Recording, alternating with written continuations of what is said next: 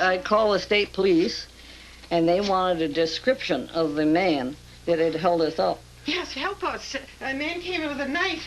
Just received a call from a Mrs. Lamont. As soon as May's call came in, police in the area were given a description of the situation and the vehicle involved. I believe it is the corrections van from the way that she described it.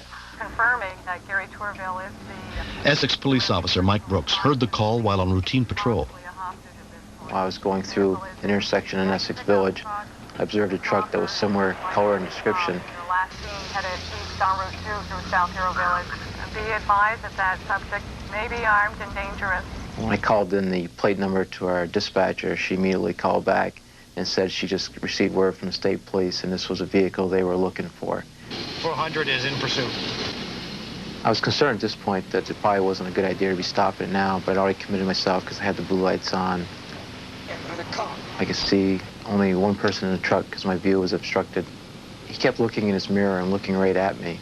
But the vehicle wasn't pulling over. I just maintained my distance behind the truck and radioed in my position to the dispatcher to coordinate assistance for me. Backup units were dispatched. Lieutenant Robert Yandow was among those who responded. I'll stay on 2A. If he takes on industrial, you guys stay with him. Okay. When I heard that he was going to be making an attempt to stop the vehicle, that's when I left the office with Gary and Robin to lend whatever assistance we could to Lieutenant Brooks. As I got closer to the truck, I could see in the mirror on the driver's door that the passenger was holding what appeared to be a knife to the driver's throat.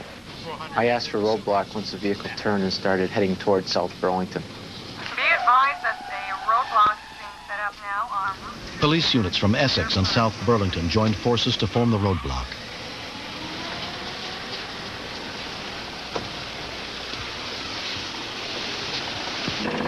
Come on, go around him. Hit him.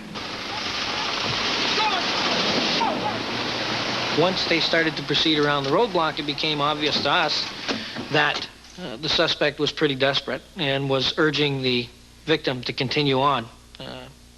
At that point, it appeared to be at any cost. The fact that they got on the interstate not only surprised everyone, but gave us an advantage that we wouldn't have had if they'd have stayed on a congested road. We're coming up on your left side. Okay, I copy. I'm on left. Go for it. Everybody maneuvered their vehicles to box in the suspect. Copy on right. We got him boxed in. Hit him. Come on. Hit this guy on the left. Come on. Hit him. Hit him again. Come on. Stay around him, Rob. Stay with him.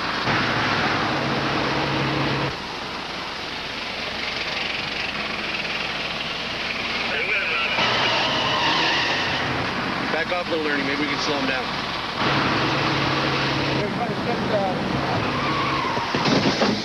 Once we had the vehicle boxed in, no one was going to allow that situation to digress to the point where it would be out of control again.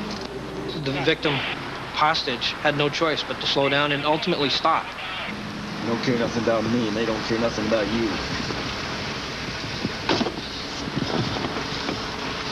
Let's quit.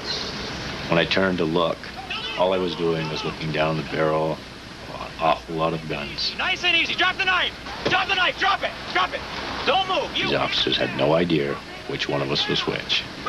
They just went through a very tense situation. Nice and easy. Both were taken out of the vehicle at gunpoint. Both were physically restrained and detained until we were certain that the person driving was actually the victim. We'll be getting by here. We'll get you out. Okay. Okay, you can get out. They were just doing what they were supposed to do. They did an admirable job. You couldn't have asked them to do any better. Watch your head. Nobody pulled the trigger. You're not hurt at all? You don't need an ambulance? No. The man arrested that day was charged with assault and kidnapping. He was transferred to a higher security prison where he later committed suicide.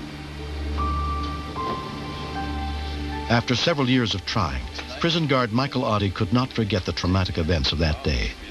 He finally left his job at the prison. I believe that he would have killed me. I have no idea why he didn't. He threatened it enough times.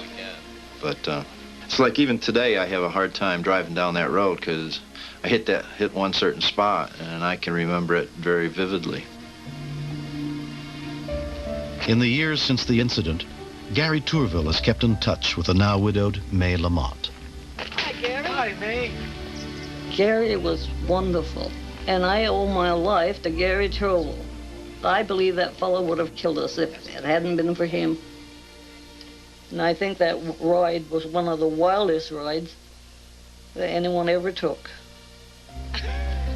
It's all part of something you were doing, and it just happened you were there at that moment, and you did something that you knew you had to do.